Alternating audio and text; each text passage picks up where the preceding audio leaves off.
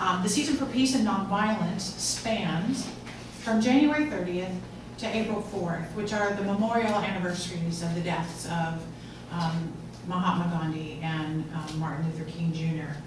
And it's a global initiative to bring awareness to the necessity and the responsibility that each of us have to be the peace in the world that we wish to see. And every week at this point in the service, we have what's called a unifying experience. And typically we do one of the four off the center of your program. But today we're going to do something different.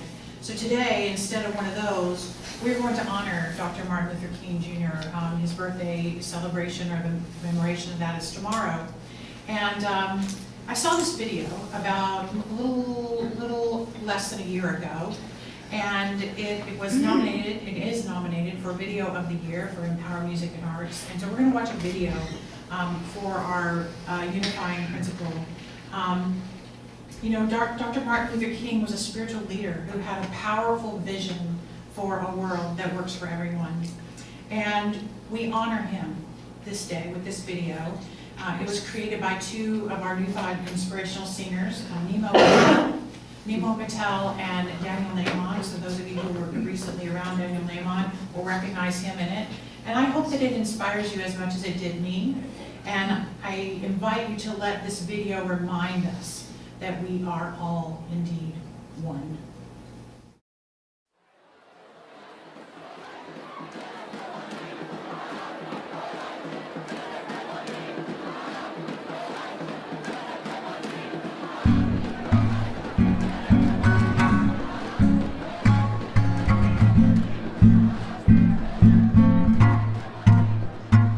It's burning inside, the hurting and the suffering minds, creating anger, fear and pain, suffocating our times. The tougher it gets, the rougher social media cries. But we see to it that we tweeting only negative lines. We're sick and tired of history, but repeating it twice. Greed, anger and violence, clearly stealing our nights. Feeling it tight between the shoulders, with a chill in the spine. Pinching myself, waking up, trying to stop the rewind and move forward towards stories, overcoming our fears. Choosing love over hate, praying, trading hugs over tears. There's only one choice, breaking down the walls and repair every broken heart on this planet till there's no longer fear.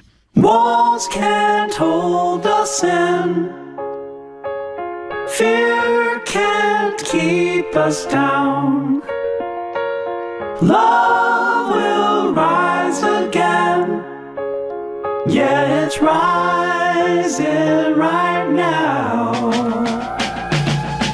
We shall overcome. Every time I think it's gonna take much longer, We shall overcome. every time I question, am I getting stronger? We have just begun. Gonna make a change, we gotta push much farther. We shall overcome.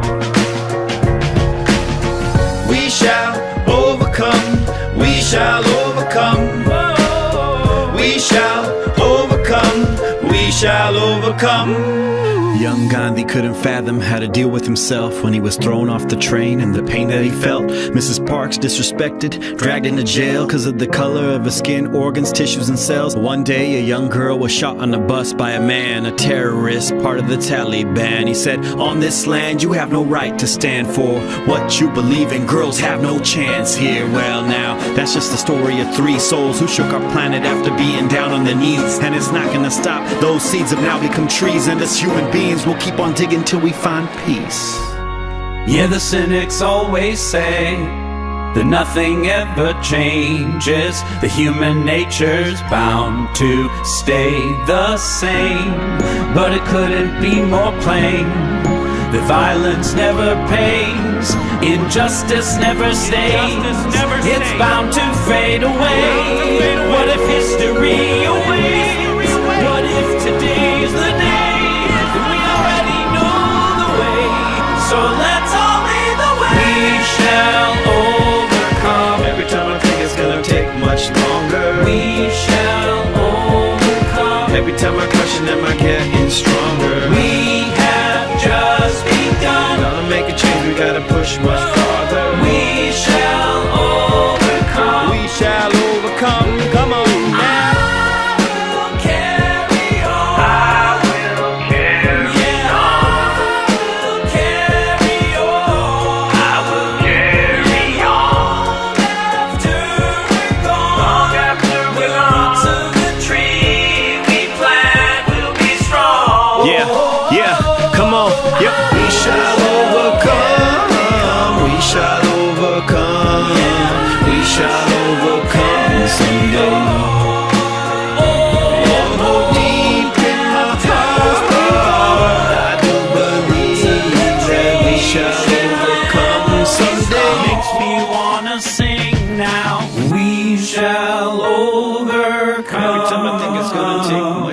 stronger. We shall overcome. Every time I question, am I getting stronger? We shall overcome someday. 'Cause I'm feeling it deep in my heart. Deep in my heart, I do believe. I do believe. I do believe. We shall overcome someday. Come on, put your hearts together. Here we go. Woo! I knew it. God had a plan for us to do it. To hit rock bottom before we rise and continue. To first learn greed before we learn to be human. To do wrong deeds before we learn to spread beauty. There's always a plan, and now it's time to take a stand for the right of the planet, every woman and man. We ain't gonna stop, only growing our demands for all beings to feel peace in every heart and land. Thank you, Lord, for the strength and the courage to bring us together and keep our souls nourished. These tough times will only drown in our chorus, 'cause we all believe that the truth is before us. We shall overcome this pain. We shall overcome this day. We pray for love to lead the way. We shall overcome someday. We pray for love to lead the way.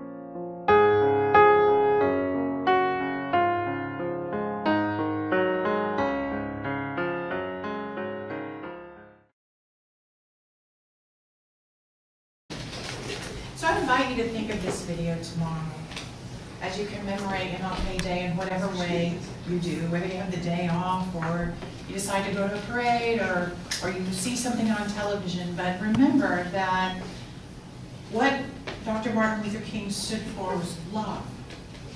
That's what he stood for, was love. And that's what we stand for here. And so we shall overcome, and we shall overcome because of the love that we carry in our hearts and with the vision that we carry for a world that works for everyone.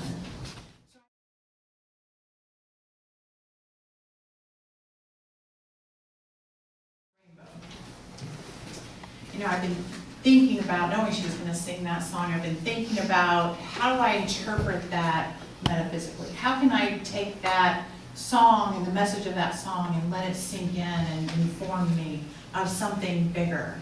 And I think if I look at that song spiritually, I know that there's a truth that we all have dreams that we wish would come true.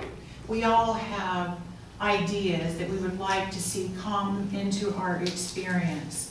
And I think that the song speaks that we must shift ourselves over the rainbow, out of the daily challenges of human existence and circumstances, and look at things from a higher perspective. We must rise above the tendency to think small and limited and soar like those bluebirds she sings back into a field of possibility, and we have to choose something different. Like the bluebird did go, it had to fly there, it didn't just appear there. It had to decide to go there. We want our troubles to melt like those lemon drops she sang about. We have to change, we have to shift. So thank you, Fonnie, for bringing that musical message to us. And you know, speaking of choosing, think about for a second, you've been awake for just a few hours, most of you. a little longer, you have a little longer to drive. Chuck had to get up a little earlier this morning. Fonnie did too. Some of us that came up a little bit farther. But you've been out only a few hours. But think about what you have already chosen this morning. You chose whether to listen to the alarm clock and get up or not. Thankfully, you chose that. You chose whether to come here or not. You chose what level of grooming to do. Hopefully, you chose to brush your teeth. You might not it, but you chose how particular you're going to be. You chose whether or not to do a morning spiritual practice. You chose what car to drive and how to get here. Do you go this way or that way? Do you turn left or right? Do you interact with the drivers on the other cars or you don't? Or do you respond or react or you not? Do you play the radio or you don't? Do you obey the speed limit or not? Do you park where you're supposed to park or do you park where you want to park? You take your chances on that. You decide, we chose whether or not to sing along with the songs or sit quietly, to actually pray with the prayer or not, to listen to me or not. You might be choosing right now to listen, which is all that just barely scratches the surface of the things that you choose every day. I was reading, I think, day before yesterday, that the average human being, if you're in the consciously healthy group, you might pay attention to this. I read that people make 221 food choices in a single day. There you go. So that's a whole lot of choosing. You've made a lot of choices already this morning. So what drives these choices and decisions? What drives them? Do you have conscious thoughts that drive all those decisions? Or are you kind of on automatic on many of them? Are they so habitual that they just are assumed? They're automatic in your life? It really depends on your level of living as a conscious, awake human being, or just asleep and kind of going with the flow. And most of us are kind of somewhere in between. All of us develop these deep grooves, and these grooves are created by habitual choices. And those habitual choices that steer us through the vast, vast majority of the choices we have to make, we allow the groove to just kind of take us there. Kind of the 60s song, Feeling Groovy. I should have assigned that one this morning. But we're really accustomed to actually kind of feeling groovy, like being in these grooves that take us where we want to go. But if we want something different, we're going to have to get out of our groove and do something different, get into a different groove. See, our conscious mind is busy making kind of big decisions throughout the day. So we let those little decisions go with our subconscious mind, with our habitual selves, to make those little choices. But what we don't realize sometimes is that those little choices are what really make up the quality of our lives. And most of us are seeking a better groove. We're seeking a better way. Most of us have problems we'd like to solve, or limitations we'd like to overcome, or relationships to improve, or health to adjust and shift. And most of us would like to see a more peaceful world around us that's infused with love, both in our reality and also in our minds. We'd like to have a different mindset. So we turn to this philosophy, we turn to a spiritual community, we turn to God, we turn to things that will help us navigate and rise out of the grooves that got us where we are anyway, right? And we know that the science of mind can help us. Here's what Ernest Holmes has to say. He says this: the practice of science of mind calls for a positive understanding of the spirit of truth, a willingness to let this inner spirit guide us with the conscious knowledge that the law of the Lord is perfect. The law of God, the law of the universe is perfect. And I want to point out that that quote uses the word practice. Practice. See, if we want to change a pattern in our lives, we have to practice it with discipline.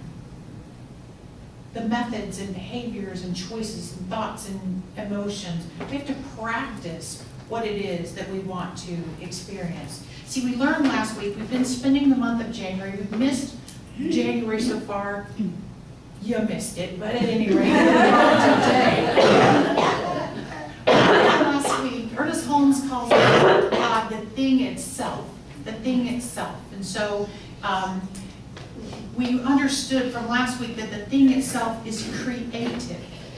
And we participate with the thing itself to co-create our lives.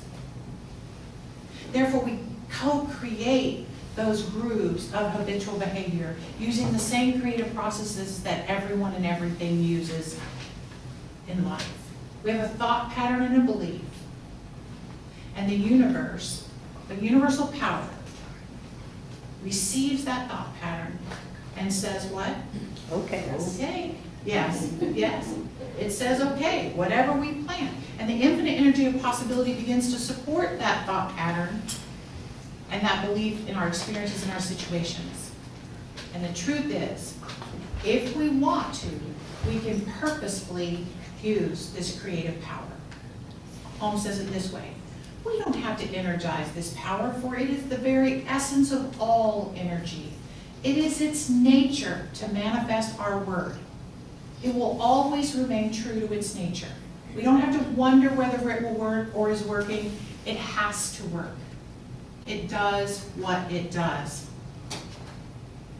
So perfecting a better life means making better choices, higher choices, entertain higher. I use the word higher because we have to more closely align our choices with the ideal of spirit itself. The ideal. So whatever you're choosing, choose it in alignment with your highest self, your most elevated self. Choose the most loving, life-affirming, peaceful, balanced, harmonious thing you can choose. Even when your groove or your habit has you choosing something less than that, in that moment, at any moment, you can wake up and choose something higher. Because as you shift your habits to higher and higher thoughts and choices, your life begins to shift, because the spiritual principles are infallible. They always work. You don't have to wonder if they're working, and they work for everyone alike. You can create a new groove for yourself. You can. He also reminds us the power of life within you, the very breath you breathe, the power of life within you is a spiritual power able to bring you to permanent peace, increasing happiness and joy and greater material abundance. These things that have made man miserable, that groove that makes you miserable, can be eliminated through the conscious use of this power. And that's why we're here, to figure out how to do that. That means that we wake ourselves up and make the decision to make the most loving and compassionate choices we can. We break those habits of self-limiting and self-sabotaging behavior so that we can create a new groove that better supports our mental, spiritual, and physical health. I want to talk about a minister. He's passed from this human existence. His name was Dr. Fred Vick. He was the founder of Mile High Church in Denver, Colorado. And this is what how he describes practicing this philosophy, practicing the science of mind. And this is quoting him. What does it do? What does the science of mind do? It changes lives. It changes them drastically and dramatically. It provides us with a scientific method for doing so. It eliminates the unwanted elements from life, producing ever-increasing good. It picks us up and turns us around to face toward the light and our good, and provides confidence and strength for the journey of life. It gives a reason and a purpose for living, and adds zest to every experience. Don't you need some zest? And it brings new dimensions of dignity to the human scene, and provides us with an inner assurance and confidence and authority. It eliminates greed, selfishness, and hypocrisy, hatred, fear, and frustration, and puts one at peace with God and our fellow man and on ourselves. By all this, it eliminates from our consciousness, and therefore from our experience, poverty, illness, and unhappiness. It lets us see that the problems of life are like the dark side of the moon, needing only the light of truth, the truth of God within us, to dissolve these appearances into nothingness. And then that inner light can shine on our pathway more and more, into that perfect day when sorrow and sighing shall flee away and bring us finally that total awareness of our at one with God and life. That's what it does. Reverend Dr. Fred Boyd. See, we just get ourselves lined up through our prayer treatments, our meditations, our affirmations, our correcting our thinking according to the truth so that we can receive this download of infinite intelligence. We kind of download God into our operating system. And to the degree that we do that, we experience greater success in every part of our lives. But see, if we have hidden beliefs, even if we can't see them or don't realize they're there, if we have beliefs of our unworthiness, or that we're inadequate, or somehow we're undeserving in some way, then divine intelligence cannot express in that. It can't, because it's not aligned to it. Not because Spirit's not ready and willing and able to help us. It's that it's kind of like our receiving docks are closed. Like we place this giant order. We want a life that's peaceful. We want greater abundance. We want happiness. And then we lock our receiving docks, and Spirit just kind of, the universe pulls up with this ginormous load of it and says, here we are. And our unworthiness just blocks us. Our feeling like we're not good enough. We don't know how to do that. It just blocks it. We say, I want a loving, harmonious relationship, and then the universe wheels up. We're closed. We don't believe we can have it. We don't believe it's possible. We don't believe that where we are can change and shift. Mahatma Gandhi said this, when we succeed when what we think, what we say, and what we do are all lined up. They're all lined up. See, we think about things and we say we want things, but then we don't do things in alignment with that. So we are immersed in this formless substance. This is how it can be described. And it's just waiting to be formed into what it is that we desire. It's like universal jello, right? And our thoughts and our minds are the mold. And before we know about the power of our thoughts and beliefs and feelings to form a mold for successful living, we waffle back and forth between fears and doubts and then we get to hope and faith, and we go back and forth as we get a little bit of this and a little bit of that, and the jello doesn't even really have time to set up before we're changing the mold again and saying, no, I'm fearful, no, I'm confident, no, and jello can't even gel. And we come across these ideas and we begin to create a more definite mold. We begin to train our minds, because powerful trained minds are way better than an untrained mind. We came here to be spiritual beings, and when we can create that kind of a mold, it's powerful. And the jello begins to form and set up and produce the desired results that we have. Isn't that fabulous? Isn't that fabulous? So what kind of a jello mold have you built with your thoughts and your actions and your choices? So you might remember last week that I said I did two things when I first came to this teaching. The first was to practice becoming more and more aware of my thoughts about everything. And the second was to prove these principles for myself. We talked about finding a random object and then seeing, how many of you saw your random object at some point in the week?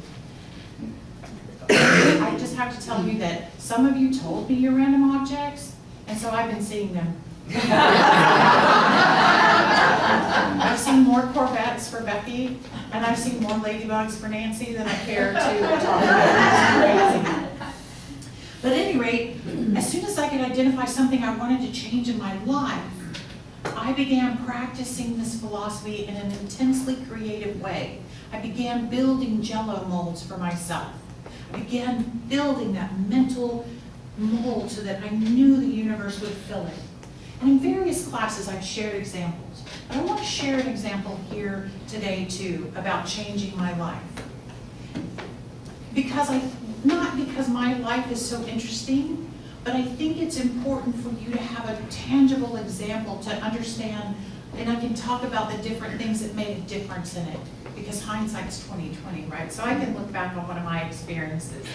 And so I actually found out about spiritual power and principles before I found the science of mind philosophy. So this particular story is before I went to Seattle and first walked into a Center for Spiritual Living. So on Mother's Day weekend in 1999, I was invited to attend a weekend workshop about using your mind to create a better life for yourself.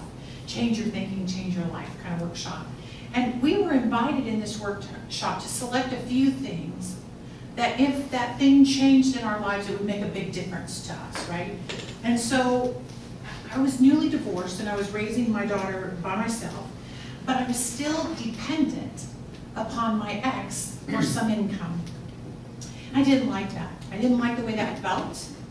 So I wanted to create enough financial abundance for myself that I could feel free. I wanted my career to fully support both my daughter and I without any fear or without any dependence on anybody else. So I had taken the first step. I had identified the mold. I had identified what I wanted the Jell-O to work on, right? To look like when it formed up. I identified exactly what I wanted and, more importantly, what I wanted to feel. And those are two really important things to do when you're wanting to create a Jell-O mold for yourself. What do you want and what is it that you want to feel? If I had the thing I wanted, what would I feel? Well, I wanted a better paying job and I wanted to feel free. That was the mold. The next thing in the workshop we were asked to identify is what are our fears? Like really what he was asking is, what are those other Jell-O molds I'm building, right? Because if we can eliminate those, then Spirit knows which mold you really, really want. So what were the fears? And that was easy. I was afraid of changing jobs because I didn't want to start over. I was in my mid-30s. I didn't want to start, I'm that old. I didn't want to start. I didn't want to lose my benefits. I had really awesome benefits where I worked. I was afraid of losing kind of my status at this current job. I worked my way up, right? And the bottom line was I didn't feel like I was qualified for anything else, and I did not want to go back to school, right? So lots of fears were just bubbling all around this idea that I had for myself. So at the workshop, there was more prayer and meditation to release those fears and focus on the feeling of having the thing that we desired. And I was taught that if I could surrender my attachment to the fears that kept me small, I could grow. See, there's a spiritual law of sacrifice. You must give up something in order to have something new. Give up something. So I was willing to give up my fears. And then the facilitator taught us something really important. He said, sometimes you've pictured your gift coming, and it's going to have a pink bow on it. And you're going to recognize your gift because it's got a pink bow on it. He said, but sometimes the gift will show up with a green bow on it. And you don't recognize it. You pass it up. It's like, that's not my gift. It doesn't look the way I thought it was going to look. Spirit has bigger ideas of how to deliver the gift than how you have the ideas. So sometimes it comes in a completely different color bow. Open whatever gift shows up, he said. So I left the workshop having this new idea for my life, right? A job that would fully support me and my daughter, and I would feel free. Oh, and the other part about the workshop is that he had us identify a salary that would make us feel, like exactly what would make us feel, that freedom that I wanted to feel, identify that salary. And then he encouraged us to just turn the little knob up in our brain to what amount would be a God amount. Like when you really know, if you were making that much or you had that much of whatever, because people had different goals. But for me it was, if I had that amount, I would know God was totally at play. So, I thought of these like 6 figures that would make me really know that God was in my life. And I left the workshop with that in my mind too. That's an important part. So after the workshop, we were instructed to meditate every day. He gave us a little tape thing, and we meditated every day on the thing that we wanted and releasing our fears. And so there was spiritual practice involved. That's really important. Because if you're going to create a mold, then you've got to keep talking about the mold so that you're not really talking about these other things, right? So I said, what did I have to lose? What the heck? I'm going to do this. And whatever he said to do, I'm going to do it. And you know that willingness is really important. So not long after that workshop, within a few weeks of that workshop, maybe less, a friend of mine, her name was Susan, she sent me by email. Email was we had email back then. A friend of mine sent me an advertisement for a job opening. It was at a different college. I was working in academics, and it was at a different college, and it was for a higher position. And after I read the description, I sarcastically, I must admit, emailed her back and said, well, thanks for that vote of confidence, but I think that's a little bit beyond me. And I get delete. I deleted it. And within a few moments, this thing came into my head about, what if that was the green ribbon? What if that was the green ribbon yet? So I quickly went back to my deleted file, I got it out, and I attached my resume to it. Before I could let the fear rise up in me, I hit the resume and I hit send. Hit it. I just said, whatever, I surrender. What the heck, really? So I got a call from the recruiter the very next day.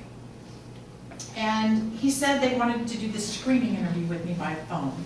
I'm giving you some details because I want to make it real for you and help you understand how it really happened. So I went into work. I set the interview up by phone the next day. I had to work the next day, so I went in, and I asked to speak to my boss. I said, John, we went into his office, and I said, John, I have this job. I'm applying for a job. And I knew that was scary to tell him that I could apply for a job. But I said, here's the job description. Could I do that? I didn't even know, because I told you it was like a bigger job. Are you ready for such a thing? You know my skills, can I do this? And he was like, yes. You can do this, you can do this. I'm like, well, I have a job interview in a few minutes on the phone, so if I go into this office, that's who I'm talking to. And I said, what kind of salary would this, what should I expect? I don't even know. And he said, he gave me a figure, and it was about, not quite double what I made, but a lot more than I made. And I'm like, really? And he said, don't take a penny less, you deserve it. This is a big job, you deserve it. I'm like, okay, so good luck on the interview. I went into the little room and I had this great conversation with the recruiter, and it went well, and I went back to my cubicle and I was working and everything, and not long after that, my boss came and got me from my cubicle. He said, can you meet with me in my office again? So I followed him around the corner back to his office, and I sat down. He said, well, how did it go? And I said, it went great. And he said, we don't want you to pursue it any further. And I was like, why? And he said, we'd rather offer you the same position here. And I said, yeah, but you're not going to pay me that salary. And he goes, yes, we are. And he said, it's going to take us a while to pull this together and redo the team and everything and put you in a manager position. But in good faith, we're going to go ahead and start paying you that salary now. And the position will start in the fall after the academics cycle went through. Like, oh my gosh. And so within about 8 weeks or so of attending that workshop, I had almost doubled my salary, not quite double, but almost.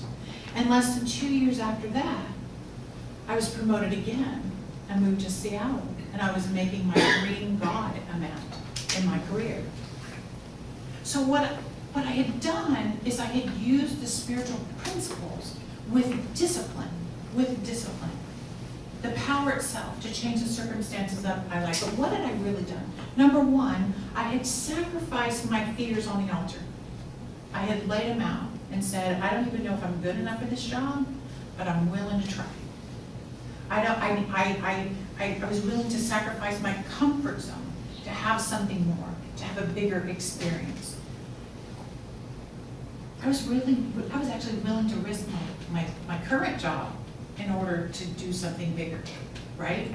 Number two, I was willing to meditate every day and train my mind to hold that jello mold in place. And number three, I was willing to believe in myself enough. And that's a big part of it. What holds us back so much is our own belief in ourselves is small, right? I shared my truth with my boss. I stood there as his peer and said, I'm ready to do something bigger. And I was willing to take on more responsibilities and more Yeah, responsibilities and job tasks and things that I had to learn. I had to learn things new. The bottom line was I wasn't just thinking about something new. I was doing something new, and I was choosing something new. And the thing itself co-created with me. What it does is respond to you. How you use it is up to you. And I'll share a little secret. The more closely aligned with the spiritual ideal your idea is, the more the energy will flow behind your idea. Everything else is swimming upstream to have our human safety and our human preferences. But when we go for the ideal, the spiritual ideal, we cannot fight the universe and win. We can't fight. It refuses to be budged off its course. We're the ones who must change course and line ourselves up with spirit. We must align ourselves and shift ourselves to move toward the ideal. You probably heard about the ship captain who was sailing at night toward a light of a vessel up ahead. And the ship's captain told his radio technician to signal the vessel and tell it to change its course. And the reply was, "No, you must change your course."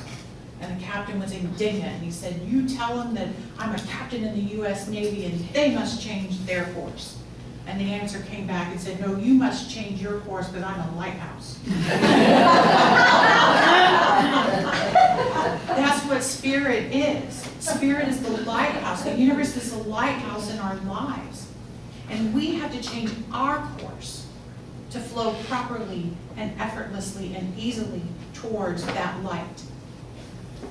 We have to change what we're thinking, saying, and doing, and nothing else is going to work.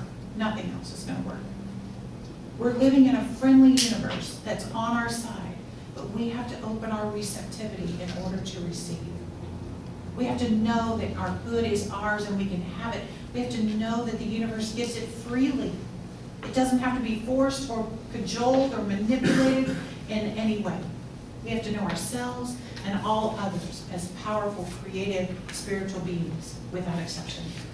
And we have to let our faith neutralize all doubt. We have to figure out how things work and then use the light that we have gained. We can't pretend we don't know something once we know it. It doesn't work that way. So our lesson today was, what does the universe do and how do we use it? It takes the impress of our thoughts and beliefs and mirrors them back to us. And this is a gift. We can take that reflection and let it show us how to change and how to align with that light. The choice is up to us. And so it is.